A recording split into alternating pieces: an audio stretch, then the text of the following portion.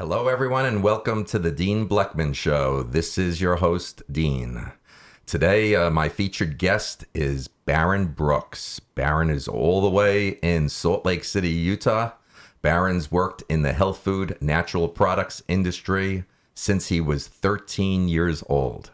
After college, he went to work in sales with numerous companies in the health food, natural products industry, including my old company, Twin Lab.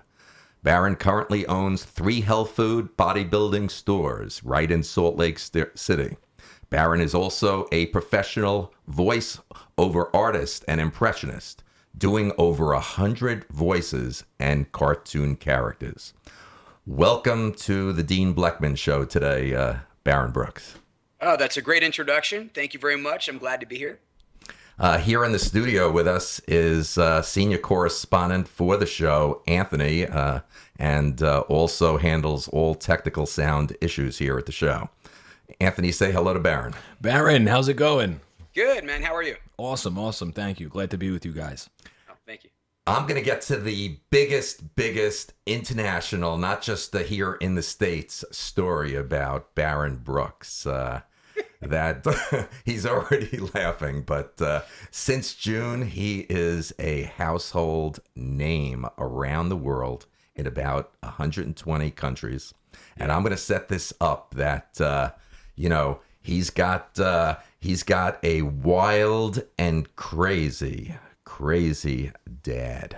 He really does. So when Arthur Brooks decided to take out a full-page ad in a local Idaho newspaper asking for eligible, child-ready women to marry his 48-year-old son, Baron Brooks of Salt Lake City, Utah. Yeah. You could imagine all the sizzle. The phones went off the hook, and women from all over the world looking to meet this bachelor whose father had such high regards for.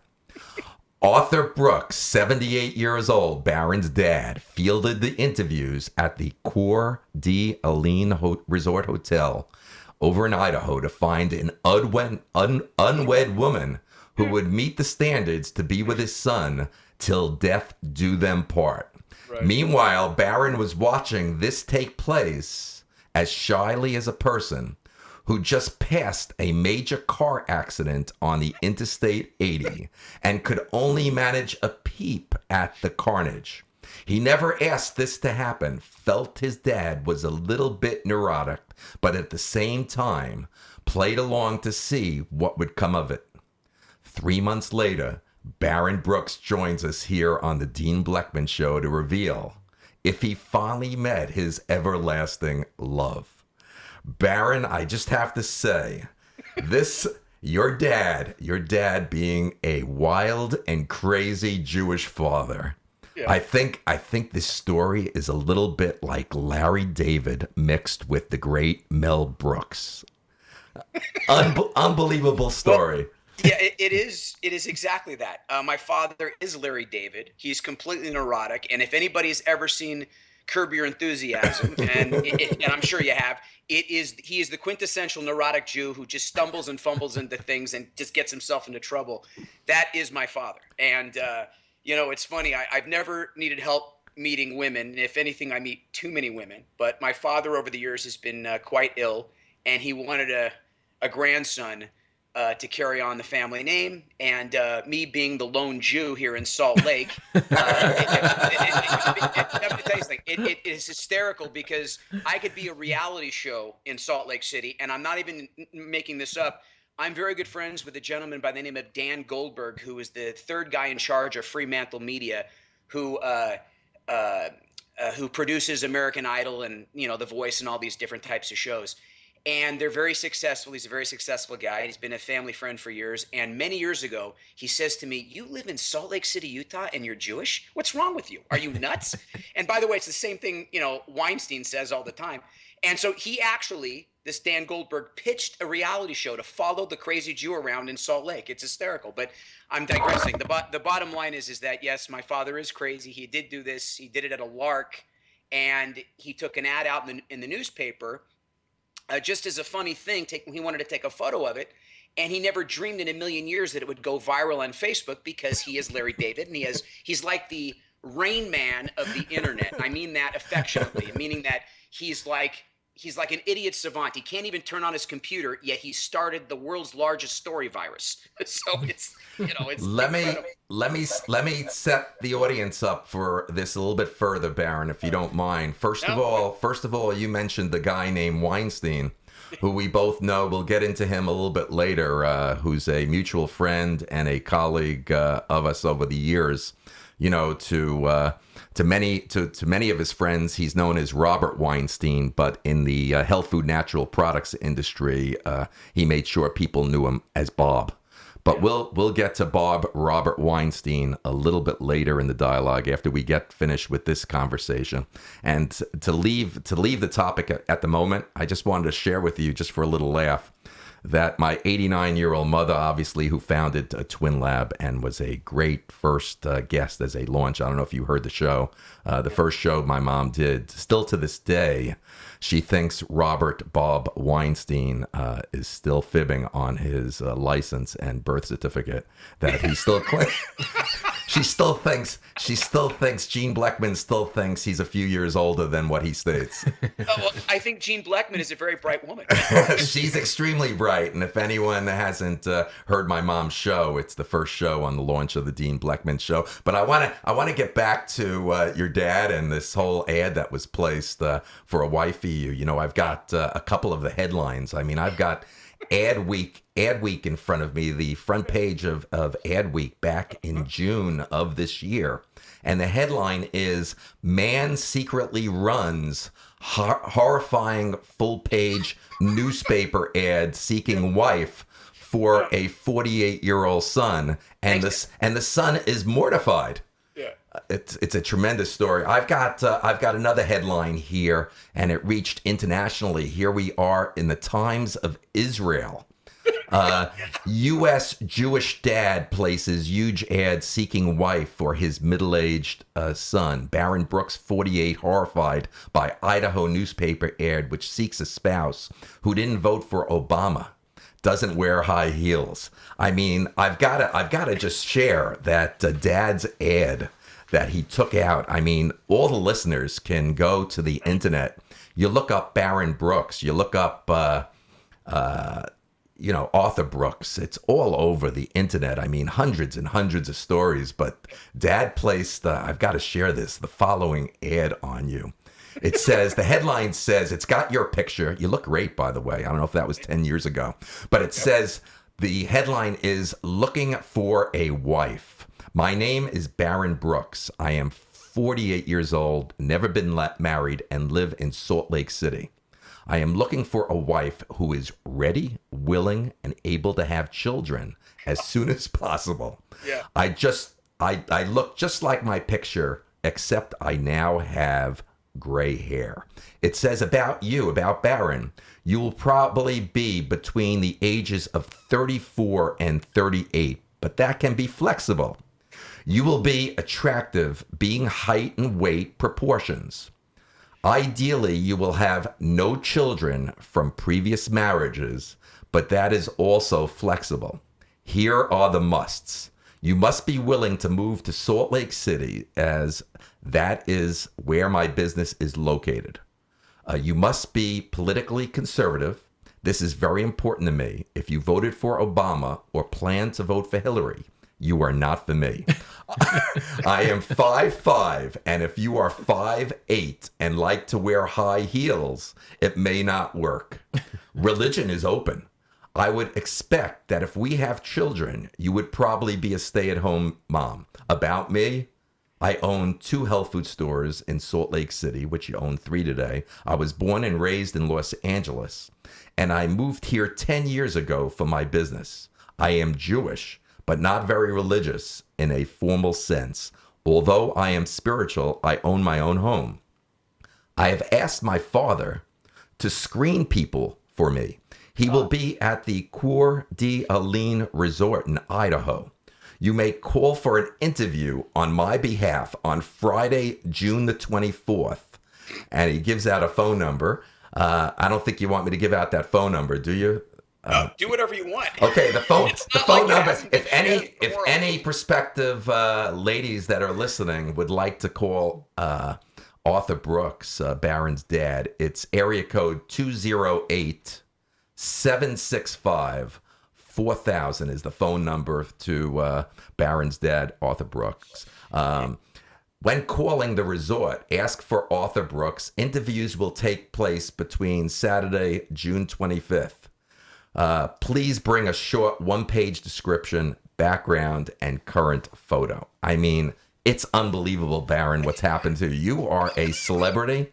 I mean, the internet everywhere, the talk shows, everything. It's been wild for you. I mean, Dean. It first of all, I'm sure it's anybody can sympathize. This is crazy, this story, and he is so neurotic and he's so crazy. But the reality is that at first it was an absolute disaster. I mean, reporters were camping out at my stores. My phone lines were in the businesses were, and we're open at 6 a.m. We close at 10 p.m. We have long hours. And the stores were slammed. I had no idea what was going on. I was in Los Angeles being hounded by reporters everywhere I went. This particular story is in 120 plus countries, and I have been interviewed worldwide. That's how crazy it's been. And I had a movie offer, and that's still in negotiations. That's how nuts it is. But it started out as nuts, but it turned into something incredibly fun. And so I just went with it. But I want to let you know something, because if it gives you an idea of how crazy the story is. I was just in Bali. I just got back from Indonesia. I was there for about 16 days, surfing and playing in the water, just having a good time. And I met a girl there, and had a great time. And so I'm minding my own business, and I'm in a coffee plantation with this girl, and I'm having this fantastic Sumatran coffee. And I'm just talking, and this kid, 14-year-old kid from Australia, turns around and he says, "I love your accent. Oh my God, I love your accent." And I said, "Well, I love yours." And the whole family is with him. He's from Australia. A lot of Australians and a lot of people from New Zealand go to Bali. And so he turns around and he says, "Why do you look so familiar? And why do you sound so familiar?" And I'm like, "Oh my God, here it comes." And so the mother takes a look at me and she says, "Oh my God, you're Barron Brooks."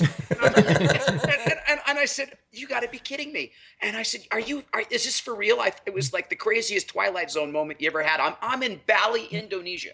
So the family comes over and they said, "We saw you on the morning show. They devoted 6 minutes to you. They never do that. It was a great show. I can't believe I'm meeting you." And anyway, I took pictures with him, and it was a funny time. And I was in Bali, and some Australian family recognized me. It's nuts. So anyway, that's how profound and how big the story was. And the rest is history. But yeah, my father, he means well, but he is Larry David and Mel Brooks. And incidentally, we know Mel Brooks. My father breeds and races thoroughbreds in Los Angeles, and Mel Brooks is always at the track. And he's aware of this story apparently, but it's just nuts. It's absolutely crazy. But I do want to thank you for explaining it to people, because I will tell you, for Jewish families and the crazy neurotic families that a lot of Jews are crazy. We all know this, being Jewish. This is the quintessential crazy neurotic Jew story. And honest to God, this is a Larry David episode. And I don't want to digress too much, but just to give you an example of how accurate this is to a Larry David episode, many years ago, my father gets season tickets to the Laker games and the Clipper games in Los Angeles. And just to give you an example of how crazy he is, he gets in his car after the game, and he parks very close because it's season tickets. And he announces to his wife at the time, and his best friend Louie and his wife Freya in the car, "Oh my God, I got to use the bathroom." And they say, "Well, just go back inside the building." And my father says, No, I can't go back in the building. That's a pain in the neck. I'll just drive home. He lives in Beverly Hills. It's about a 10-minute drive from Staples Center. And so he just jumps on the freeway. And so he gets about 3 or 4 minutes into the freeway, and he's announcing to everyone in the car, "Oh my God, I got to use the bathroom. But my father's neurotic. He can't use public restrooms. And so he pulls over. He's about 2 minutes away from his house, and he pulls into the JW Marriott in Century City. And he runs inside. He tells his wife, Ruthie, to grab his wallet. He runs inside, and he goes to the front desk, and he says, I need a room. I need a room. You got to give me a room." And the guy at the front desk says, "Sir, what are you talking about?" He says, "I have to use the bathroom." And the guy at the front desk says, sir, the bathroom's over there. He goes, no, no, no, you don't understand. I need a private room. Ruthie, pay for the room. Give me the keys. So the guy gives him a key on the ground floor. He goes, he's screaming bloody murder. Where's the bathroom? He runs to the bathroom, comes back 10 minutes later after using the bathroom, goes to the front desk, and everybody's laughing at him. His wife is laughing at him. They know how crazy he is. And the front desk personnel say, wait a minute, you just got the room to use the bathroom? Is this for real? He said, yeah. And he says, well, sir, I don't know how to tell you this. You used the room for 10 minutes, but it's a policy. We got to call housekeeping to clean the bathroom. And, we got to do that. I got to charge you for the room. I'll give you a big discount, but we got to charge you. My father's totally nonchalant. He says, no problem. And he pays $300 to use the bathroom for 10 minutes. So if that doesn't show you and doesn't demonstrate to you how he's absolutely insane, nothing will. Wow. That's crazy. You know, I was going to surprise you and have Dad on this show, but I said, you know what? We've got so much to cover here today that I didn't want to have Dad come on. I figure that's going to be another show by itself. That could be 10 shows by itself. How does a Jewish guy like you end up in Salt Lake City? Oh, that's such a good question. You may know my ex. She was the buyer for Nature's Best. Her name is Carrie Clute. Remember that name? Yes, I do. Okay. Well, anyway, Carrie and I, a long, long time ago, she lost a baby, and we broke up over it. And I decided to move to Salt Lake because I was actually at the time, I was associated with a group of stores called Elite Nutrition Centers. There was about 31 locations. And the guy that founded it is a friend of mine. And he wanted me to move to Salt Lake and help him with his business and open up my own stores. And I never really wanted to be a retailer. I wanted to have my own brand. And I don't really know if you recall, but my background was more selling to professionals rather than retail. I remember that. I was with Twin, but I sold for Metagenics, and I was one of the corporate trainers for Metagenics. And so my background is more strong in nutritional biochemistry. But anyway, make a long story short, a little more sophisticated is what I'm saying than the typical sales rep. And so I had this opportunity to move here, and I figured, well, why not? I broke up with her, and I moved here, and the rest is history. It just sort of happened. Wow. Well, listen, getting back to your celebrity status. I've got a few questions still to ask you about what Dad did. Okay. I mean, Baron, you got to admit it. What your father did was something most guys would want, and that there must be tons of girls fawning over you. And I in a way, I feel good for your predicament, but I feel bad for your predicament. Oh, well, you just nailed it. It sounds great. Okay. Oh yeah. And yes, I've been approached worldwide by so many women. You can't believe it. Local women from around the world even. And it's interesting. And I was interviewed by People Magazine twice. They wanted me to do follow-up interviews with the women. And it's flattering and it's fun, but for serious women, not just, hey, let's have a good time and move on. But for serious women, it has been challenging because a lot of women take a look at me and they consider me to be a playboy because they go, oh, why should I go out with you? There's 1,000 women, lined up to see you. So it is a good and bad situation, but I'm making the best of it. And, my life up here has been great socially from the standpoint of just having a good time. But in order to meet a Jewish girl or somebody, if not Jewish, to get married to, it has been very challenging here in Salt Lake. And that's one of the reasons why, even though my father did the crazy thing he did, I got to love him for it because he knows that being Jewish, there's about 4,500 Jews in the entire state of Utah, of which half are here for ski season. And, they have money and they go up to Park City and they have their homes up there and stuff. Probably not altogether different than your brother Steve. And although I think he goes to Colorado more. But the point is they come here to ski and then they leave. And so there's no. Okay, so as I said earlier, this has a little bit of Larry David mixed with Mel Brooks. Yes. I got to ask you, did Dad do a full body scan on these ladies to see if they were truly suitable for childbearing? Oh my God, what the thing is you know what? You're asking seriously, but it's funny, and it's both funny and serious. And let me tell you something. The answer is yes. That's how neurotic he is. He wanted to make sure that the women are actually clean and healthy and all this type of stuff. And he went. I stopped him, but he went so far as to try to do that. And that's sometimes I think my father is just plain crazy. Not just funny, but just nuts. I love that a couple of months later you're doing this show here instead of all the shows that you did that were right from the outset when the ad broke. Oh, yeah. So I've got to ask you. Yeah. That you got to tell us about your first date. Well, the first date I had was with a lady named Tamara. She worked for Sotheby's in Laguna Beach, and then she switched over to another high-end real estate company. But she was the first person that reached out, and she's actually a fascinating story. It was a very good first introduction, first date, but there was no chemistry for me. I just she's a very nice lady, but just not for me. But the funny thing is, she's got a great story. She reached out to me, and ordinarily I would never participate in something like this, but I wanted to see this for myself. She was 50 years old, and she still has her cycle, and she wanted to meet me because she always wanted to have another kid, another daughter. She wanted to have a daughter. And so she tells me this story, and I go to meet her in Laguna Beach, and we go out, and she says, I want to have another kid. And I was sort of taken aback. I said, you're 50 years old. And she says, well, let me tell you my story, and I'll tell your audience. Her mother had her at 50. Wow. Her mother had her at 50 years old, and it was an accident. She was a total accident at 50. And her mother couldn't believe that she got pregnant, but it was a healthy pregnancy. And so she wanted to honor her mother, and she's successful, this woman. She has plenty of money, and doesn't have to have a guy in her life or anything like that. And so she wanted to meet me, and she thought it would be perfect if I would be with her and have another child. Of course, I met her. It didn't go anywhere, but that was my first date, and it was fascinating. And a woman that was 50 years old wanted to have a kid, and her mother gave birth to her at 50. So, wow, cool story. But any of these first dates that you have, did you insist that they have to pay for dinner? No, God, no. No.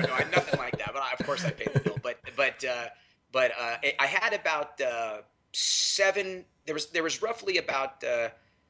Originally, there was about 12 or 13 women, but I reduced it to 7 women. But what happened was I've had introductions. I met these women here and there, but they were all over the place. Some in Vegas, there was one in Salt Lake. There were a few in Texas and Tennessee and all these different types of things, but different places. But the majority of them have just gone nowhere because, it's not like you have chemistry. You meet these people. Some of them are attractive. Some are not, and I don't mean that in a disparaging way. I'm just saying, a lot of people put their best face forward on a photo, and then you meet them, and it's like, wow, who are you?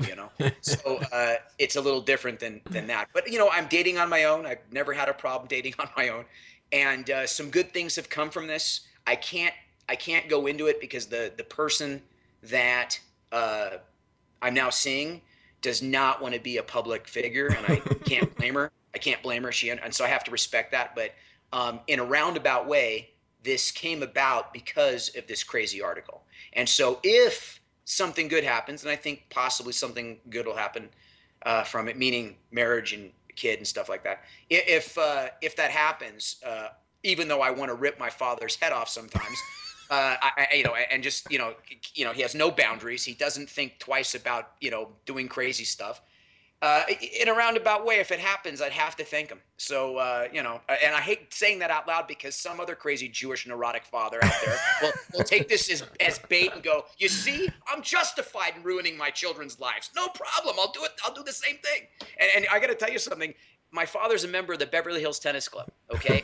And about a month ago, he calls me on the phone and I said, yeah, Dad, what's up? He says, you're not going to believe this.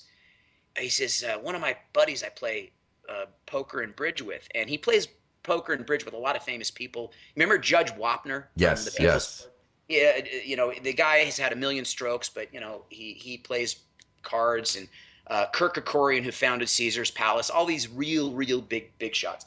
And so anyway, he says to me, "You're not going to believe this," and I'll leave the name out, but it's a big name. He says he's sick and tired of the guy I play cards with. He goes, he's sick and tired of all these women. He's very wealthy. He leases them Rolls Royces. He takes care of them. He's like a sugar daddy. And he thinks it's a great idea what I did, and he wants to take an ad out in the newspaper. I said, "Are you kidding me?" I said, "Dad, do not let him take an ad out in the newspaper. What the hell does that guy have to do that for? Are you kidding me?" He says, "Well, he thinks it's a great idea." And I said, "Shut it down. Don't do it, because then the whole thing will blow up again, and I'll look like an idiot all over again." Wow. And so this is how crazy this has gotten. My father has been contacted by other people thinking that he's the one to do it. I kid you not. Baron, listen, I've got to ask you this. These early dates from the ad, I've got to ask you this question. Let's simply call it a threesome. Did Dad ever accompany you on any of these dates? Okay, listen. You guys, Anthony's laughing so hard. oh my God, you guys are just like, you have no idea how crazy this is. The answer is he wanted to. He wanted to. He's like, "Do you think I should come along and investigate?" I'm like, "Are you out of your freaking mind?" I said, "What's wrong with you?" Like you're in junior high school all over again, right? Yeah, I'm like, "Come on, Dad. Where do you come from? Don't you understand that this is not appropriate?" He's like, "Well, I just want to help." And you're like, "Oh my God, you've done enough helping. Okay, so just leave me alone." Hey, listen. So, Listen, your friends have to be pretty envious of you, and I just want to ask you, for the women who did not fit your bill, did you pass them along to any close friends? No, hell no. God, no. Most of my friends are married. I have a few single buddies, but they do fine on their own. They don't have any problems, so no. But most of my friends were highly supportive. But I will tell you, I just got to say this. A lot of my friends were laughing so hard at this, and I have friends all over the country, but my really good close friends, they call me on the phone, and they're just, because you got to understand, when this broke, I have been accused of being involved in a conspiracy with my father, meaning that I actually took this ad out, then blamed it on my father. I have been accused of being gay. Oh, he must be gay. He's 48 years old, not married, living in Salt Lake. I've been accused of being gay. I've been accused of being involved in a conspiracy to do this, and like I did it myself. And none of these things are true. And it's clearly an embarrassing disaster, but it was so ridiculous that it turned into a funny thing. And then a lot of my friends are highly sympathetic, and I have a lot of customers. We have very, very large, deep customer base. My stores are in the Vasa gyms here, which were Golds. Here in Salt Lake, and they're the most independently successful gym chain in the country, and we got 10,000 people a day walking in our doors. It's a very high volume operation, and so a lot of my customers were so sympathetic, and one of them owns an advertising company, and she thought it was hysterical and sheer genius. And that's when I came up with the term, like, my father's Rain Man of the internet, because he's an idiot savant. I'm dead serious. He could barely turn on a computer, but he started the largest internet virus. He's like Mr. Magoo. He walks into a building, walks out of the building falls down behind him, and he's walking around like there's no problem. But everybody in his wake is, all the building collapsed on him. He's just that way. He just manages to get into mischief and just cause problems. And I don't know why he's like this, but he is. Earlier you said it was like you being a judge on American Idol after Dad did all his pre-screening for suitability as far as first dates. It was almost like these women passed the first round and moved on to the main event. Yeah, I guess so. That was just at the beginning. That was true at the beginning, but ever since then, due to the power of social media, like Facebook, and people just contacting me because the information got leaked, my personal information. And so, people from all over the place have been contacting me, sending me photos and all that sort of stuff. And, it's been a wild ride. It's been a lot of fun. So, it's crazy. It's wild. Yeah. Wild story. But another part of you is that you do impersonations and voiceovers. This is true. I've got a few that I'd love to hear, and I think the audience would like to hear. All right. Well, you want me to just run with it, or you want to ask me to do somebody specific? Why don't you run with it? Gene, this is Johnny Carson. and I am channeling Johnny Carson right now on the Dean Blechman show. You know, Dean, I think you missed your calling. You should have been the replacement, my replacement for the Tonight Show. I think you would have been great. You could have interviewed your entire family. That is just a fantastic parade of characters right there. I think it'd have been a great show. That's great. That was great. How about a few more? Well, Dean, this is President Ronald Wilson Reagan. What was the question? And do you have any ginkgo biloba? Well, you see, Nancy and I are very concerned about America. For 8 years, Nancy said I had the best part in the best play in all of Washington. But for the life of me, I can't remember a thing. Wow, that's great. That's great. I'm just having fun. How about Robert De Niro? You know, I mean this. Okay, Dean, I want you to listen to me very carefully. Okay, very carefully, because I'm only going to say this once. Do not make me break your legs. Do you understand me? Do not. If I have to say this again, if I have to say it, do not make me say it again. Because if I have to say it again, I will break your legs, I will heal them, and I will break them again. And then you know what? I'm going to go after your brother Steve. I'm going to break his legs too. How about some two favorites of mine? Let's start with Sammy Davis Jr. and then end it with Jackie Mason. You know something, man, and I mean this, baby, from the bottom of the gold mezuzah around my black, gorgeous Jewish neck. You're making me schmilkus, Dean, okay? You make me schmilkus. Who can take a sunrise? I'm here, baby, just for you, man, just for you. And Jackie Mason? You know what? The first time I came to Hollywood, the very first time I came to Hollywood, everybody says to me, what kind of nutmeg are you? Everybody's a producer. What do you produce? They produce cards. They don't do anything. They just produce cards. I'm a producer. So a little bit of Jackie. So these voiceovers and impersonation, what exactly, where do you appear, or what type of work do you do in this area? Well, I haven't done anything for a long time professionally, but when I was in actually high school and college, I did a lot of work. And it's funny because life is so weird. I was considering I was going to become a physician and go to medical school. And my life sort of went sideways, and I went to do other things. I studied business, and I didn't go that route, although someday in retirement I probably will go back. But the point is that I was doing it, and I had plenty of people that wanted to sign me at the time and do stand-up comedy, and I was actually writing my own jokes and doing very well. And I sort of just gave it up because not give it up completely, but I gave it up because the reality is I didn't want that type of lifestyle. But in the last number of years, I've done radio spots, and my voices have been in LA and New Mexico and that sort of stuff. My sister does it too. She's actually a professional voiceover artist, and we both do it. But the last number of years, I'm just now starting to get back into it because I have done it. I've done it locally in Salt Lake. I've been on radio, but I just do it for fun because it sort of falls in my lap. But I have changed my mindset on that, particularly since this has all happened. And I've had so many offers, and I figured, well, okay, I'll go back and pursue it just for fun because it's easy for me, and I could do over 100 people, and pretty much anybody I set my mind to, I can end up doing. But that's where we're at right now. Well, you're extremely talented, and my friend Anthony here in the studio has finally, after 34 minutes, stopped laughing from our show here. But I want to give him the opportunity before we move on to other areas of discussion to ask if he's got any impersonations he'd like to hear. Yeah, I remember briefly in our chat, Baron, there was a few other names you said you could do. George Bush, and do George Bush? I could do George Bush, no problem, but I really want to do Christopher Walken. Okay, all right, yeah, Christopher Walken. All right, go for it.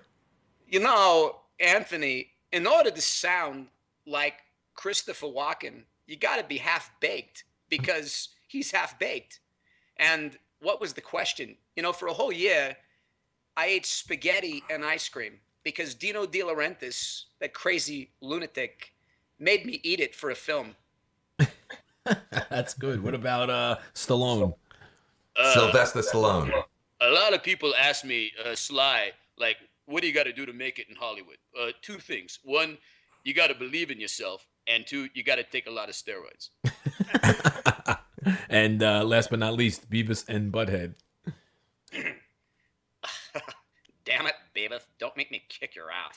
I'm going to kick your ass. Damn it, Beavis. Go back in there and wipe your butt, dumbass. You're a fart knocker. I'm going to kick your ass.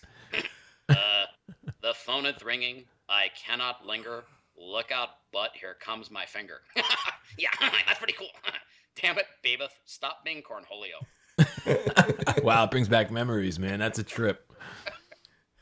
Baron, you know, you and I go back a long way. Obviously, 3 decades for me, being one of the founding family members of Twin Lab.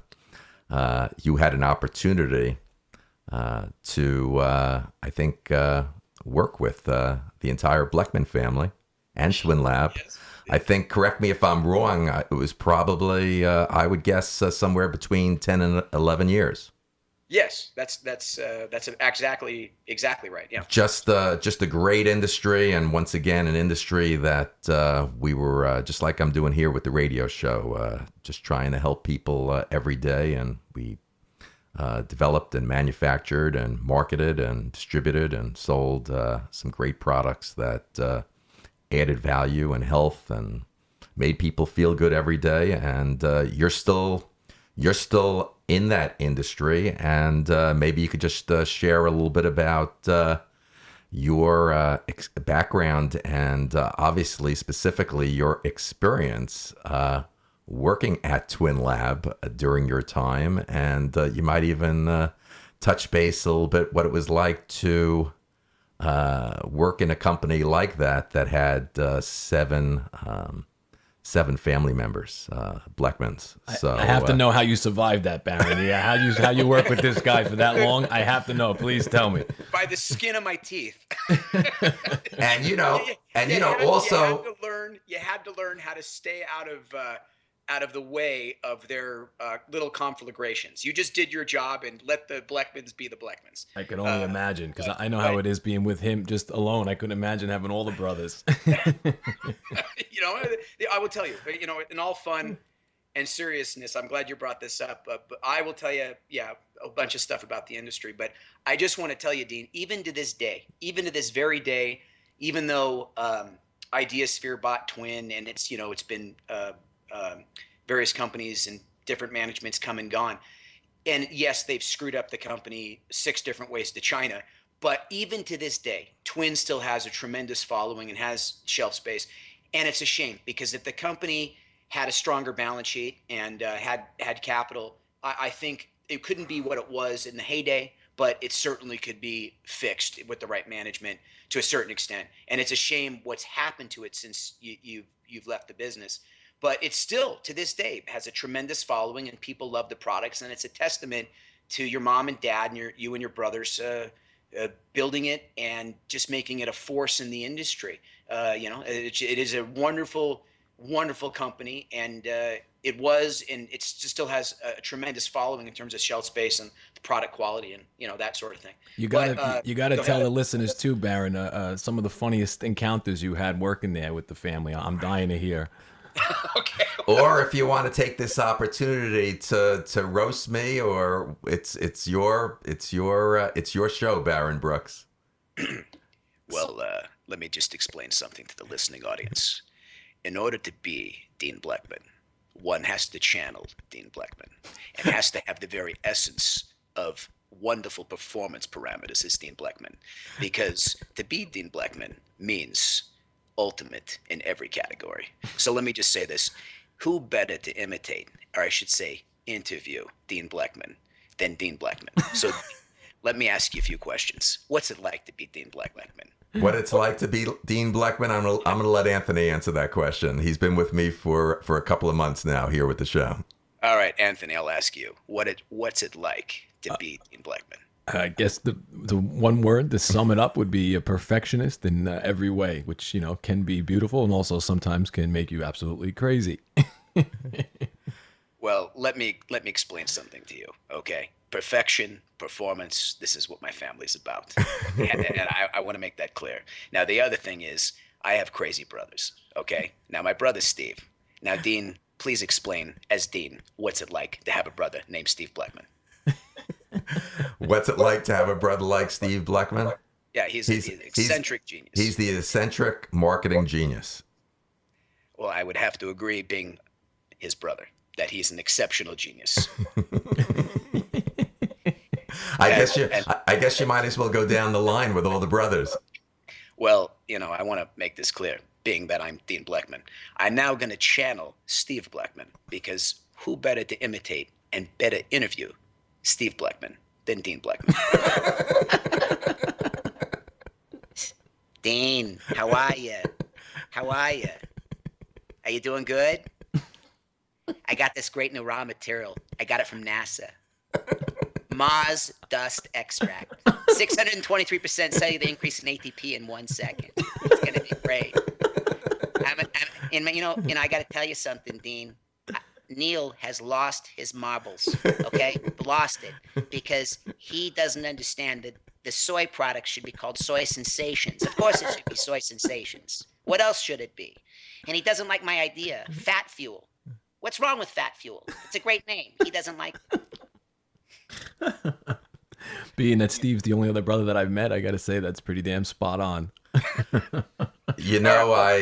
Wherever I travel, wherever I go, wherever I travel, or even just day to day, it's amazing the emails and letters, text messages that I get from people that still the thousands of people that, just like yourself, that were employed by the company, that I get such positive letters that they'll never forget their experience with my family and with the company, and that nothing to date has come close to anything in their experiences, either personally or professionally. No, in all fun, I have to tell you, I have great respect for you and your siblings and your parents, particularly, the unbelievable, your mom and dad, they would not remember, but and I would doubt if your mom even would remember me, but maybe she would see my face. But she once sat down and she told the story with Robin Rogosin, and Robin Rogosin from Whole Foods. Yes, I remember that.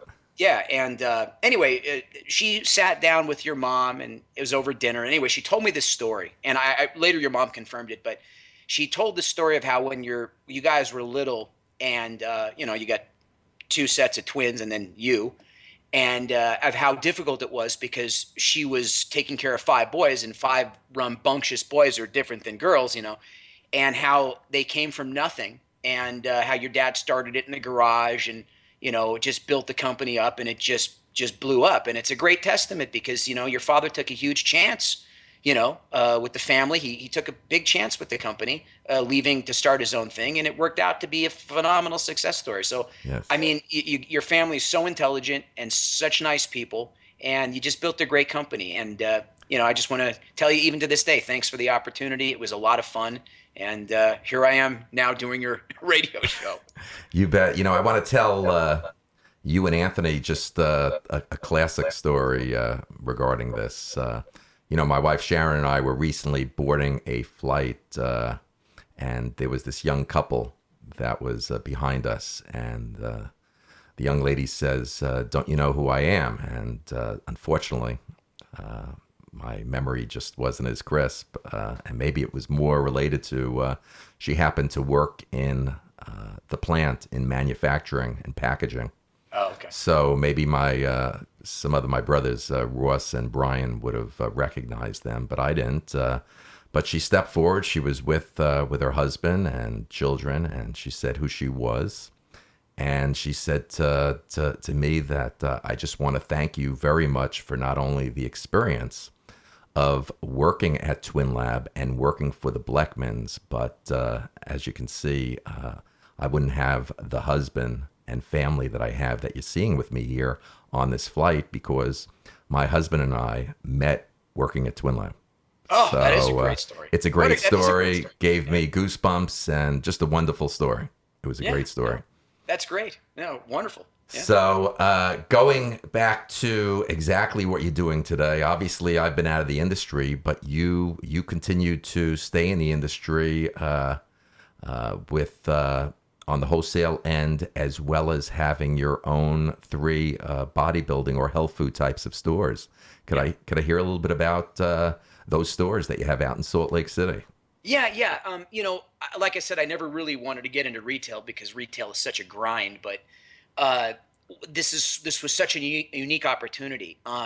These stores are inside the vestibule areas of very, very successful, very high traffic gyms, and it has we not only make shakes, we have a huge amount of shakes and pre-workouts in the menu, but we do clinical nutrition. We teach people the free radical theory of disease, the slowing down of the human hormone system as a theory of aging. Everything we do is medically referenced. But we live in those two worlds. We live in the nutraceutical clinical nutrition world, and then in the bodybuilding fitness world.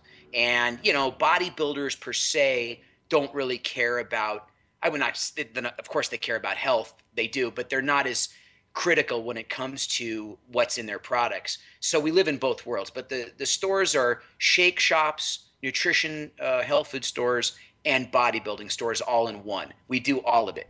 And we're very busy. They're unlike traditional standalone bodybuilding or health food stores.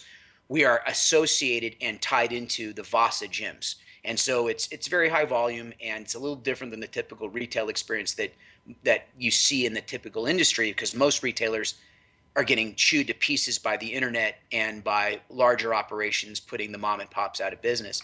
But the way I do it, it's very unique, and I think it's the future for retail in this industry, because it has changed over the years. When you and your family were running in the business in the heyday, there was just the beginning really of the internet-based sales companies. And the industry was clearly channeled through distributors and or selling direct, and that was the end of it. And maybe you had 10, 12,000 independent mom and pop health food stores, plus, GNC with, at the time, maybe 2.5, 3,000 stores. And then you had, other chains. But that was it. That was it. The industry now has gone bananas, and there are more pills, potions, and lotions manufactured at any time. Just the majority of it is being done online and in mass market. So, it's been a huge sea change in how things work now in the industry. But things don't remain the same. Everything changes. But it's still a great industry to work in, and it's just a great, great fun industry to help people. And there you go. That's great to hear, because I'll never forget it. 35 years ago, my dad, I'll never forget it, when I came into the business, even part-time before full-time. He said, this is going to be an industry like you've never seen before, with just some great people that really care about people. And it's not just the business, but it's really an industry that's really trying to make people's lives better. Yeah. And, no, your father was so ahead of his time. He clearly came into his own, but he was a visionary. And I think your father, with a few other people, was literally the start of the health food industry in the most commercial way. I mean, it really was the mom and pop people at the very beginning producing, product, whether it's LPP protein at the very beginning, and getting into, just various things that people would get good reactions to. This is before any of this was corroborated by nutritional biochemistry, before the modern science of pharmacognosy, which is the pharmacology of plant-based medicines. In a way, you can state that your family, your father in particular, and mom, led the way to change healthcare, because it was the entrepreneurs at the very beginning that drove the consumer into this information, not the allopathic medical establishment. And, it really is something that has changed not only the way the United States self-care and healthcare is done, but also throughout the world. Because this is where it all started. I mean, you didn't have alternative nutrition in other countries. You just didn't. I mean, you had some, but it was the United States and its open free market that really drove it. So, yeah, my parents were legends, and gave their 5 sons a great opportunity, and we did our best and executed. And I think everybody in the industry, on all levels of the industry, kind of looked at us, and I think we helped other companies perform better and where the industry is today. No, 100%. And I got to tell you, if it wasn't for Twin, I don't think there would have been the success at Country Life and all the other brands. So I think you guys clearly led the way. Anthony's waiting here to ask a question. Yeah, being that you're in the industry, I try to be as health conscious as possible. I've had some recent orthopedic type of medical problems that I've been dealing with, but ultimately making a plan to get back in shape again. One day I had competed when I was in high school, NPC, and I've always been into health and biochemistry and things. So being that you're still in the industry, Baron, what do you see? Well, first I want to ask you about a product that I read about yesterday, if you're familiar with, besides Steve's Mars Dust. If you've heard of this, if you've heard of this product called Plasma with a Z, Plazma, and also I'm curious to know what are some of the maybe top 3 selling products that you see for bodybuilders or for people that are just actively working out to get in shape. Well, Plasma, you may be referring to Biotest? Yes. Tim Patterson? Yes. Yeah, that's a line. It's funny. When I went to Phoenix Laboratories, we used to make Biotest for that fella. And they got involved in a lot of stuff that was pretty edgy. Their products are very clinically effective, very, very cutting edge, using a lot of stuff that a lot of companies would never touch. That's what I heard. Yeah, I'm sure. But the product is good. There's nothing wrong. I believe Plasma is for, I think it's a pump formula. Yes. I have to see what's in it. Yeah, casein hydrolysate, cyclic dextrin, and citrulline malate are the 3 main. Yeah, citrulline is a way to keep nitric oxide up, alpha ketoglutarate. It helps keep up alpha ketoglutarate up, and casein being a protein. It's a hydrolyzed protein. It's a good product. You could add it to your diet. It's not anything special in the sense that there's other products like it in the marketplace. But I will tell you, Biotest products do work very well, and they've always been in a cutting edge position. They go up and down based upon their sales, but they've always been very strong. But yeah, you could use the product. Not a problem. It can help you get stronger naturally. Wow. Baron, how about switching gears? How about politics? Any opinion with what's going on in this crazy, goofy political world? Yeah. Well, I'm a political animal. I come from a long history of a political family. My father, many years ago, was asked by the GOP a long time ago to run for U.S. Senate, and he didn't do it. This is before I was even born, actually. My opinion is that, just not to offend anybody, just speak lightly about it. This country is at a precipice, and we've gone down the road of socialism, which is complete madness. And in my opinion, even though I'm not a tremendous fan of Trump, in my opinion, it's a binary choice, and I'd much prefer to see somebody who's self-made and cares about America than somebody who's a total opportunist. And also for the industry, Obama has been a terrible president for the industry, cracking down on things unnecessarily, and just from authoritative position from the federal government down with the FDA. And I think that the public is better served with the free flowing of information and companies that are regulating, working with the regulatory agencies rather than getting their heads stomped by the regulatory agencies. So in my opinion, it's much better for the industry to get Trump in there, but for so many reasons. But that's just my own personal opinion. I don't mean to offend anybody listening or anything like that. Well, listen, as the show begins to come to a close, someone that we spoke about earlier in the show, who we know, some people know, friends know him as Robert Weinstein. Yeah. We know him as Bob Weinstein from the industry, the natural products, health food industry. Yeah. And still today, he still thinks he's legendary because he's probably still the only one standing from the last Yes. 50 years. So I want to leave this opportunity, even though all the people in the industry and all his friends that know Robert Weinstein Let's have some fun, and I'm going to leave it up to you to roast someone that is he and his wife Sue are very dear friends to Sharon and I, very close friends. He's got a beautiful family, beautiful daughters, nice son-in-laws, great, beautiful grandchildren. He is a very, very close friend of mine. Also was at one time a customer, and also worked for me for 7 years. So you've had experiences with him as well, whether it be a twin and elsewhere. I'm gonna leave this up to you to roast Robert Bob Weinstein. Well, for those people that have heard of Bob, as you've just been discussing, Bob is a great guy, but Bob is just primed to be tickled like a pinata being hit. Bob's a great guy, but Bob is a member of the CRS Club, and you talk to Bob on Monday, and then you speak to Bob on Tuesday, and he's like, "What are you talking about?" "Well, we didn't talk about this." And you're like, "Yeah, you did, Bob. We talked about it yesterday." He's like, "We did?" I said, "Yes, of course."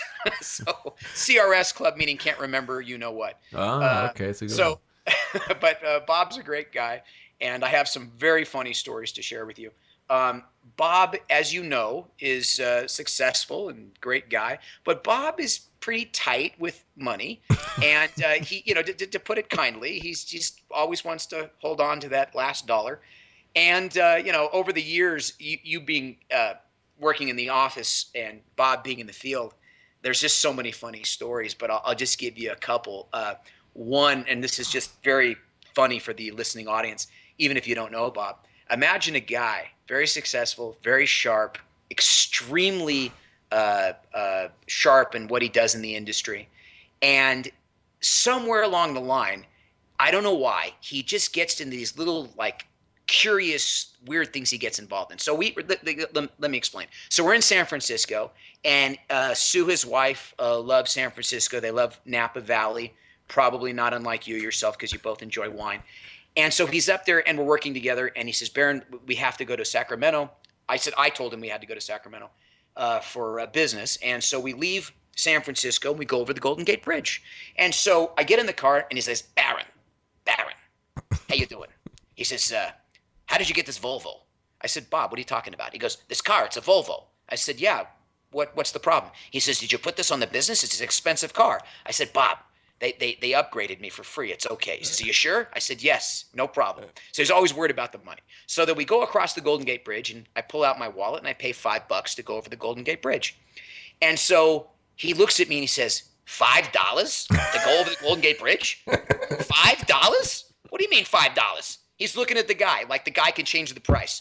And I said, "Bob, it's $5 to go over the Golden Gate Bridge. What do you want from my life? You want me to, jump into the ocean here? We got to go over the Golden Gate Bridge." So we pay the $5. He's like, "I can't believe it. $5 to go over the Golden Gate Bridge. $5. For 5, 10, 15 minutes, he doesn't shut up. $5 to go over the Golden Gate Bridge. Finally, I'm like, "Bob, you got to let this go." He says, "I can't let this go. It's $5 to go over the Golden Gate Bridge." I'm like, "Oh my God." So we drive to Sacramento. The whole time, he doesn't say boo about business, no strategy, the buyers, nothing. He's just obsessed with this $5 Golden Gate Bridge business.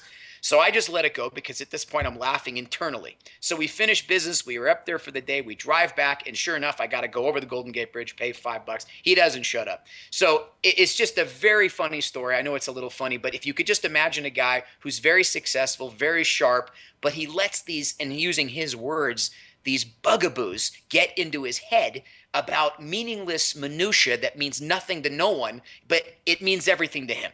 And it's just a funny thing. That's the way the guy is. And, little things bother him. But go ahead. Did you find outside of business, when you would be at a restaurant with him, would you say Bob was the type of guy that when the check came, he's one of those people that heads to the restroom? Oh my God! You think? Yeah. No. Bob wants to make sure that you don't tip on the wine. You don't tip on the wine, Baron. You got to make sure of that. Let me give you a funny story, just to touch that very subject. Oh my gosh, Bob, God love you if you're listening to this eventually, and all your friends. This is just hysterical. We go to the Baltimore show, okay, and I'm staying at the Sofitel, which is 2 blocks from the White House. And this is when I was with Phoenix Labs. And so it's I'm going back inside, and anyway, make a long story short, I'm dragged to this dinner to take these people from Vitamin Shop to dinner, and of course they buy a lot of product, and I was told to buy them dinner, and this was not my group. It was somebody else that needed me to come along to buy the dinner because I was authorized to spend the money. And so we went to dinner, and I got the bill. And remember, this is not my group. I didn't authorize this, but I was authorized to pay for it. The bill came to $4,700, and what it was is a number of the reps bought wine and champagne for the whole staff of the Vitamin Shop entourage, and it was a lot of liquor. And food's expensive too. Plus, it's Washington D.C. It's Georgetown, because of the lobbyists and all the political stuff. Everything's very expensive. It's like worse than Manhattan. It's crazy money. So I get the bill, I pay it, and I submit it. And about 5-6 days later, I get this screaming bloody murder voicemail. Barron, Bob, call me in the office. My God! And I go, oh, I know what this is about. So I call him, and he says, Barron. He says, I want to keep my job here. What the hell are you doing? And I said, what are you talking about? He says, this bill, this incredible bill. And I said, Bob, you authorized this. He goes, no, I didn't. And I said, yeah, you did. I had nothing to do with this. This was Dimi Alexopoulos' people. And, he wanted me to pay the bill, and it was authorized. He's like, oh my God. So he says to me, did you tip on the wine? And I said, Bob, it's automated. You understand? It's a party of certain big party, they add 20%. And he goes, did they tip on the wine? And I'm like, Bob, they tip on everything. It's 20%. What do you want from me? She says, oh my God. He says, you know what? This is what you got to do. He had me call the restaurant. I had to speak to the maitre d' and the management of the restaurant to get the policy of the restaurant and have him fax it to him in New York. I kid you not. And so anyway, and then he wanted to make sure that I did not tip on top of that. It was a very, very funny story. Finally, he ultimately relented and paid the bill, but just under his breath, he just couldn't take it. A very funny story. He thinks he's a expert in baseball knowledge as well. Yes, he does. He's a big follower of baseball, and I know you are too, and so am I. I played 11 years of baseball growing up, and there's a very funny story. When I was a kid, I had the privilege. One of my father's best friends was a retired professional baseball player, and his name was Harvey Knoll. And this is a long, long time ago, but Harvey was a great hitter, and Harvey had a son, Scott. And Scott and I used to take private lessons from this baseball scout named Tommy Gamboa. And Tommy Gamboa would take young talent, and he wouldn't take everybody on, but he'd take really, good players. And I happened to be very good, so was Scotty. And he would give us private lessons in our hitting and various things that we would do. And we were spoiled. It was a great, fantastic thing. We used to play baseball with Steve Garvey from the Los Angeles Dodgers and the Padres, and all these people that, Ron Say from the Dodgers, and all the Kurt Russell, all the people in the Dodgers when I grew up, and they all lived in the neighborhood. And anyway, make a long story short, I told Bob this story one day of how I took private lessons from Tommy Gamboa, and he says, Barron, there's no such thing as Tommy Gamboa. I said, what are you talking about? I said, I played with the guy. He gave me lessons. He goes, Barron, I would know the name. I said, Bob, go look it up. He was he was a scout from the Milwaukee Brewers, and he says, no, I would know his name. I said, Bob, look him up. Well, as it turns out, I was right. Tommy Gamboa, I think a number of years ago, was the first base coach or assistant coach. I can't remember, but he's still, to this day, in baseball, professional baseball. And so Bob had to reluctantly call me on the phone and say, well, I can't believe it, but yeah, okay, he's there, because he considers himself to know everybody and everything about baseball. So anyway, just a funny little thing. Would you say of what you know of Bob today, would you say his skill set, his strengths are more towards golf or sales? Golf.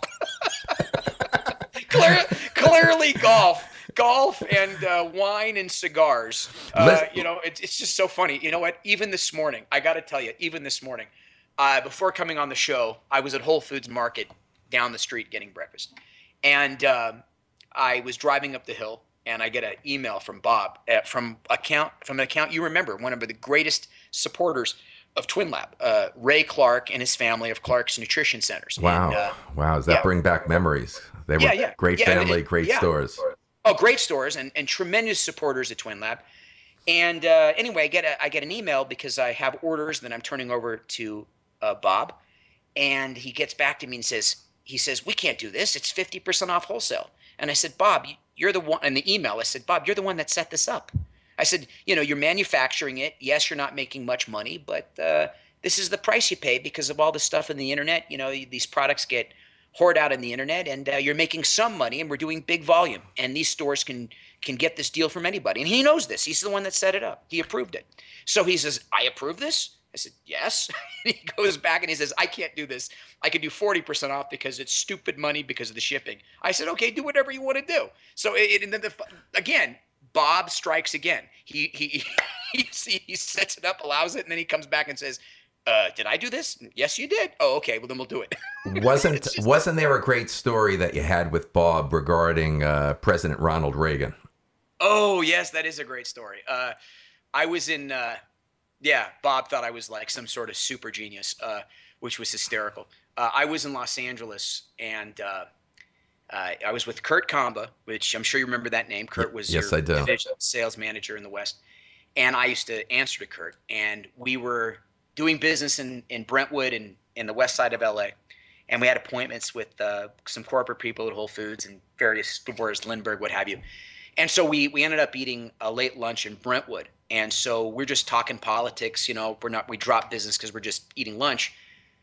And so Bob's talking about Clinton, how popular he is. And I said to him, and I said it to Kurt, and I said, well, I think he's going to be impeached come this January. And this was in like November, late October of 1997. And it was just a few months before the Monica Lewinsky thing broke. And Bob swore up and down at me, says, you're crazy. He's a popular president. All these scandals mean nothing. And I said, Bob, I'm just going to tell you what he's done is disgusting, and I don't see how he survives it. And I didn't say he'd be removed from office. I did say he would be impeached. And they both looked at me like I was out of my mind and just bananas. And I'm like, no, I'm telling you, it's going to be a problem. And they wouldn't let it go. They kept on asking me what I knew. And I said, I know nothing. Of course, I did know something, but I couldn't let on. And so I just let it go. And so when the Monica Lewinsky thing hit, when it broke, Bob called me in what would only be described as like paranoid, like I'm in trouble with the law and people are out to get me. So he leaves me a message. He says, Barron, it's Bob. Oh my God. He says, oh my God. What did you know? How did you know this? What's going on? You call me back. So I didn't call him back within like 15 minutes, and he calls me again. And he's like, Barron, call the office. Call me right now. So after about a couple hours of this, I call him back, and he's beside himself. He's like, Barron, what the hell? How did you know this was going to happen? And I said, Bob, I can't go into that. And he goes, no, tell me. You got to tell me. I said, Bob, I really can't discuss it. I really can't. He said, well, do you know somebody in the White House? And I said, well, let me just say this. My father's a member of AFIO. And he goes, what the hell is that? And I said,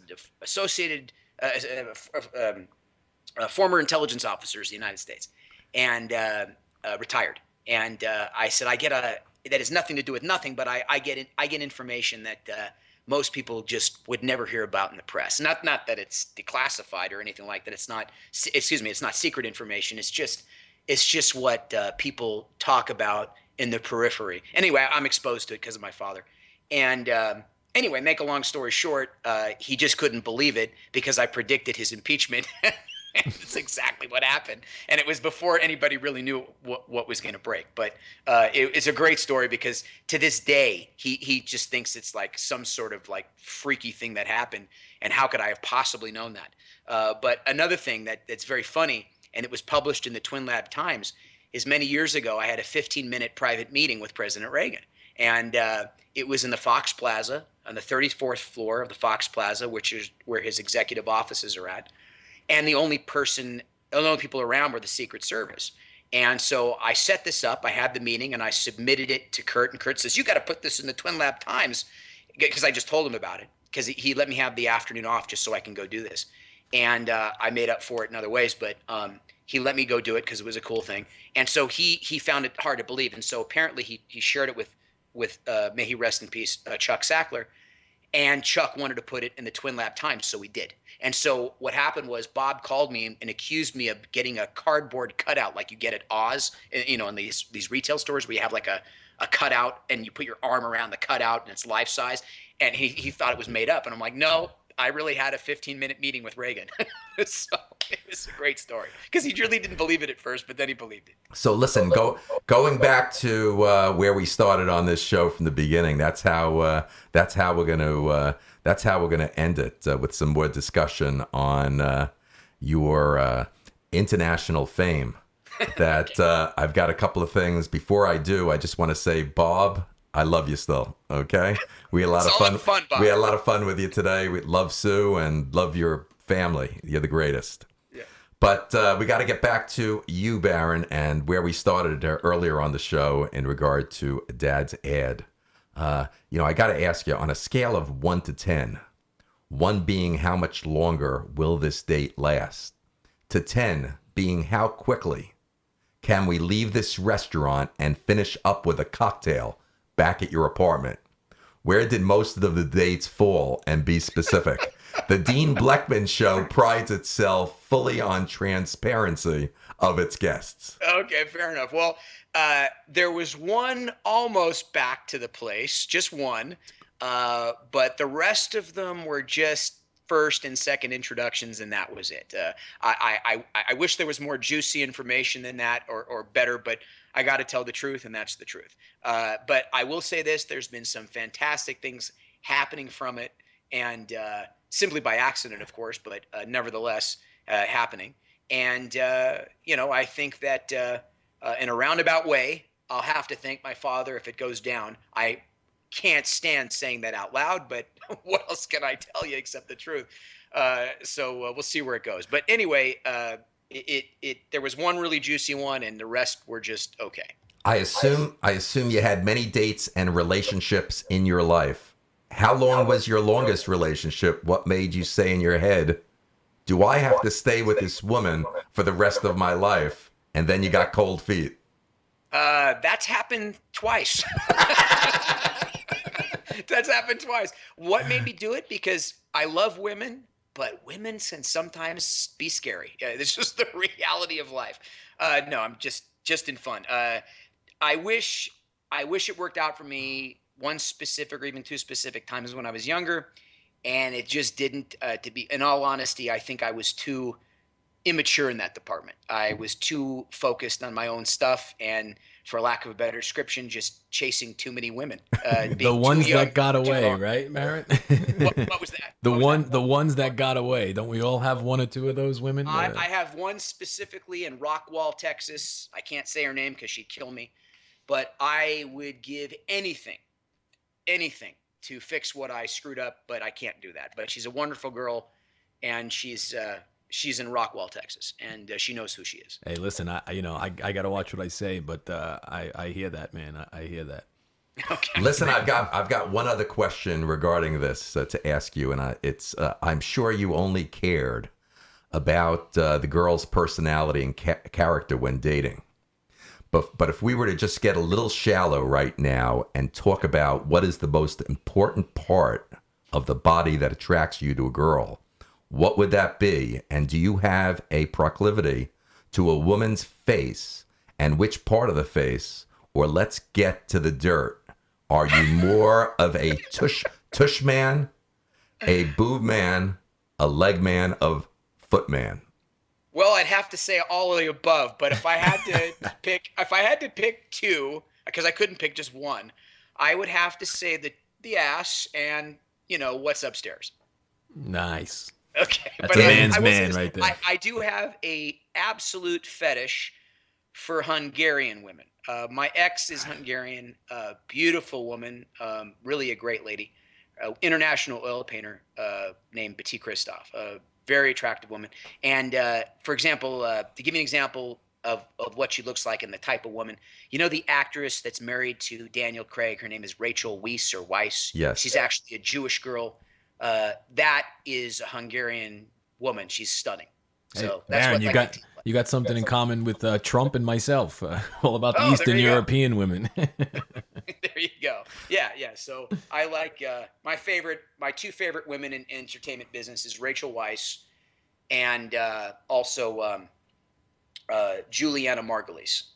Nice. So, nice choices. Well, Baron, listen, as we bring the show to a close, I want to thank you very much for being available to come on to the show. And I know how very busy your schedule is. And just you are a unbelievable, humble, gracious person that is a dear friend. And the talents you have are just, I'll say it again, as I always do on a show, remarkable. And I just think I wish you much great health and success in the future. Well, thank you, Dean, and right back at you. And I really appreciate doing your show. It was really a lot of fun. Anthony, do you have anything that? No, it was a phenomenal show, Baron. You're a hell of a funny guy, and I can't wait one day till you're out in New York. Here, we could all hang out and finally meet in person. And I appreciate you joining us today. Thank you. No problem. And you know what? I will bring George Bush to that lunch or dinner. Okay, that's a deal. I just want to tell you, learned so much from that man, Ronnie Reagan, when I was his vice president. Left is on the left, right's on the right, but we want to be in the middle there. I just wanted to throw the old Father Bush in there just because I forgot to do him. So there you go. I'd love for you, your relationship that you said your family has with Mel Brooks. I'd love for you to come on the show with Mel Brooks. Oh, I would love that, but no, it's ancillary. Just meet him at the track and say hello to him at the track. It's not like we're buddies, but he's a funny guy. Well, it's been a great show today, and as I always do, thank you again for coming. And I just want to say we want to hear from all our listeners. Our listeners can reach out to us with the free text number. For U.S. residents, it's 631-372-8849. That's 631-372-8849. We'd love to hear from you. Include your name and location, and we will mention you on the show. Please don't forget to like us on Facebook and to hit the subscribe button on the show's YouTube channel. If you'd like to leave a comment, use the box below. If you'd like to share your story, any ideas, and be a guest on the Dean Blechman Show, go to deanblechman.com and email me. I would like to thank all my listeners for being with us today. From all of us at the Dean Blechman Show, have a great day. You've been listening to the Dean Blechman Show, live from Long Island, New York. From all of us here, we'd like to thank you for tuning in. We look forward to hearing your comments via Facebook, Twitter, Skype, and email. And don't forget, you can visit the webpage anytime for the up-and-coming guest list. From all of us here, have a good evening.